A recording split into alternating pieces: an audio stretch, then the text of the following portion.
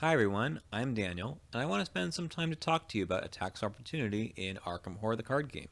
You've definitely heard of them, but maybe you're not sure what does and doesn't provoke attacks opportunity. Well, not to worry, because I'll go over everything I know about the rules.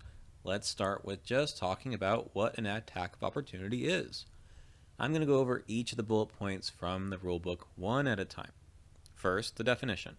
Each time an investigator is engaged with one or more ready enemies and takes an action other than to fight, evade, parley, or resign, each of those enemies makes an attack of opportunity against the investigator.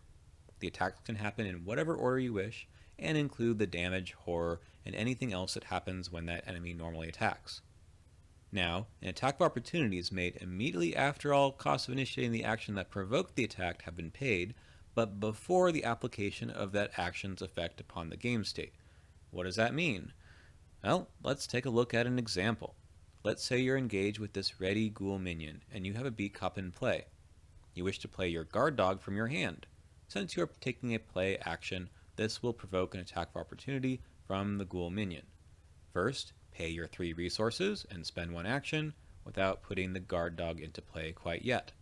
Next, the ghoul minion attacks, and you decide to put the damage and horror from the ghoul minion onto the beat cup. Finally, the beat cup leaves play because of slot pressure. Both the guard dog and beat cup take up an ally slot after all, and the guard dog enters play. Alright, let's do this all over again, but the other way around. Let's say the guard dog is in play with 1 damage already on it, and you want to play the beat cup from your hand. First, spend your 4 resources and 1 action as the cost to play beat cup. Next, resolve the attack of opportunity. The guard dog takes 1 damage and 1 horror, and you deal 1 damage back to the ghoul minion via the guard dog's reaction. An attack of opportunity is still an enemy attack after all. The horror placed on the guard dog then causes the guard dog to be defeated, and it leaves play. Finally, your beat cup enters play as the application of the effect of the original action. Okay, next bullet point.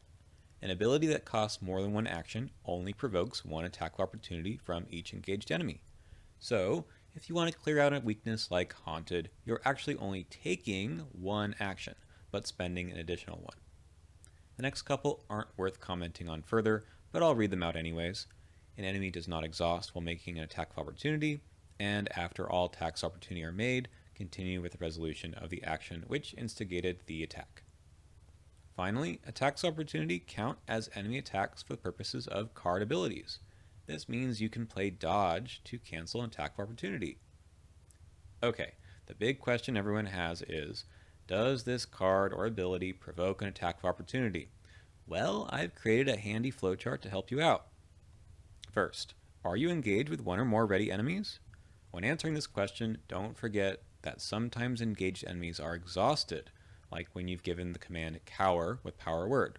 And also, ready massive enemies, like Murdoth here, are considered to be engaged with all investigators at their location, even though they're not in your threat area. So, if the answer is no, you're not engaged with any ready enemies, then you can stop here. No attack of opportunity.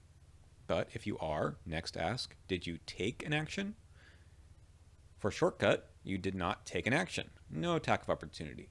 For cryptographic cipher, there's 2 investigation abilities. To trigger the top one, you do not take an action. No attack of opportunity. To trigger the bottom one, you do take an action. So let's talk about the types of actions that provoke an attack of opportunity. Is the action of the type fight, evade, parley, or resign? If so, no attack of opportunity. If not, like with the investigate on the bottom ability on the cipher, you will provoke an attack of opportunity. One more card. Look at the triggered ability on Eon chart. You have a choice of what type of action to take: move, evade, or investigate. If you choose move or investigate, this will trigger an attack of opportunity. Even though using Eon chart itself is a free triggered ability, it still instructs you to take an action. And that's the most important part about provoking attacks of opportunity. If you're not taking an action, then no attack of opportunity. Lastly, you should also look out for whether or not the card or enemy says, this action does not provoke attacks of opportunity. If so, like with breaking and entering, which is otherwise an investigate action, and you're safe. Otherwise, resolve the attack of opportunity.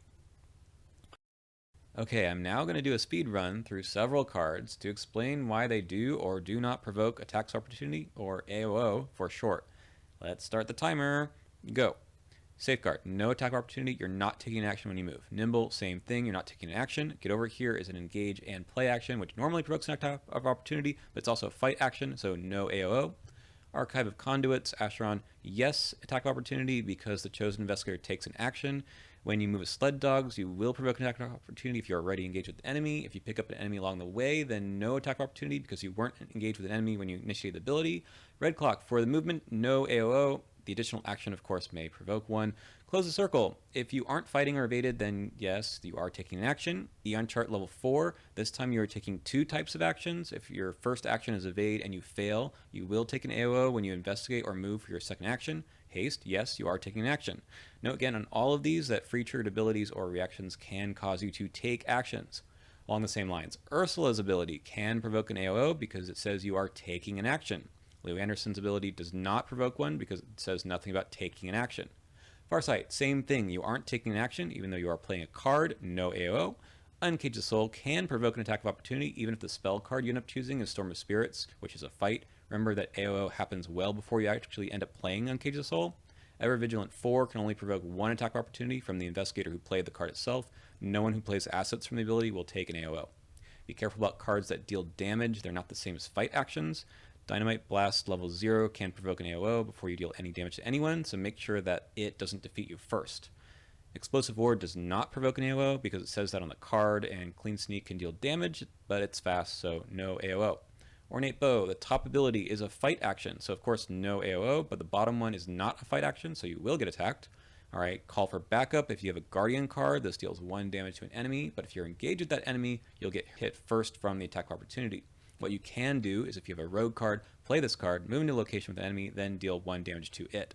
Similar story with Duke. The Investigate ability can provoke an AOO, but if you're not engaged with any enemies, you can use the ability to move into a connecting location that has an enemy and safely investigate without getting attacked because AOOs happen before any effects happen with the ability. Speaking of weird ally friends, Summon Servitor can take an action, but even though you are performing the skill test, you'll never get an attack opportunity because the Servitor is taking the action, not you. For Summon Hound, no AOO ever because this is a free triggered ability to investigate. You are not instructed to take an action. Almost through. Just want to remind you that some activate abilities on scenario cards like these can provoke attacks opportunity. Again, even though thematically that seems kind of weird. Again, you gotta look for that bold, fight, evade, parlay, or resign. Okay, all done.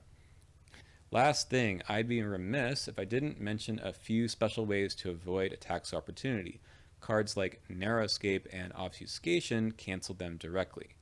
As I said before, you can also cancel them with Dodge or any other card that cancels enemy attacks in general. Or you can just outright ignore attacks opportunity like the Prophecy of Profana here, which is a hugely powerful effect.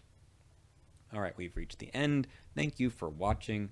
I know everyone has questions about attacks opportunity, so if I missed anything, please drop your question in the comments below.